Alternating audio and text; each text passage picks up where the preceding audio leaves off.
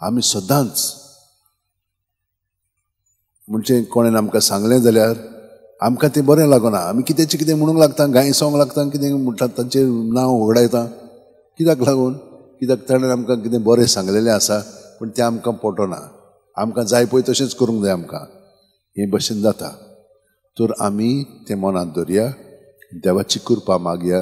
जशे भशेन सांतिनासान देवाचें आयकोन देवाचेर पातयेवन सगलो आपलें जिवीत ताणें देवाच्या ताब्यांत करून जियेलो, तेच भशेन आमी करया. सगळीं जाणां आतां आमचे अशें उमटेन दवरयात. एकूच मिनट दोळे बंद करया.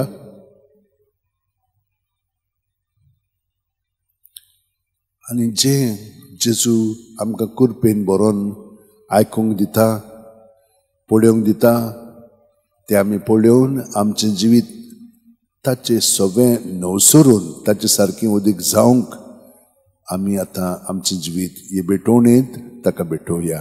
आमेन.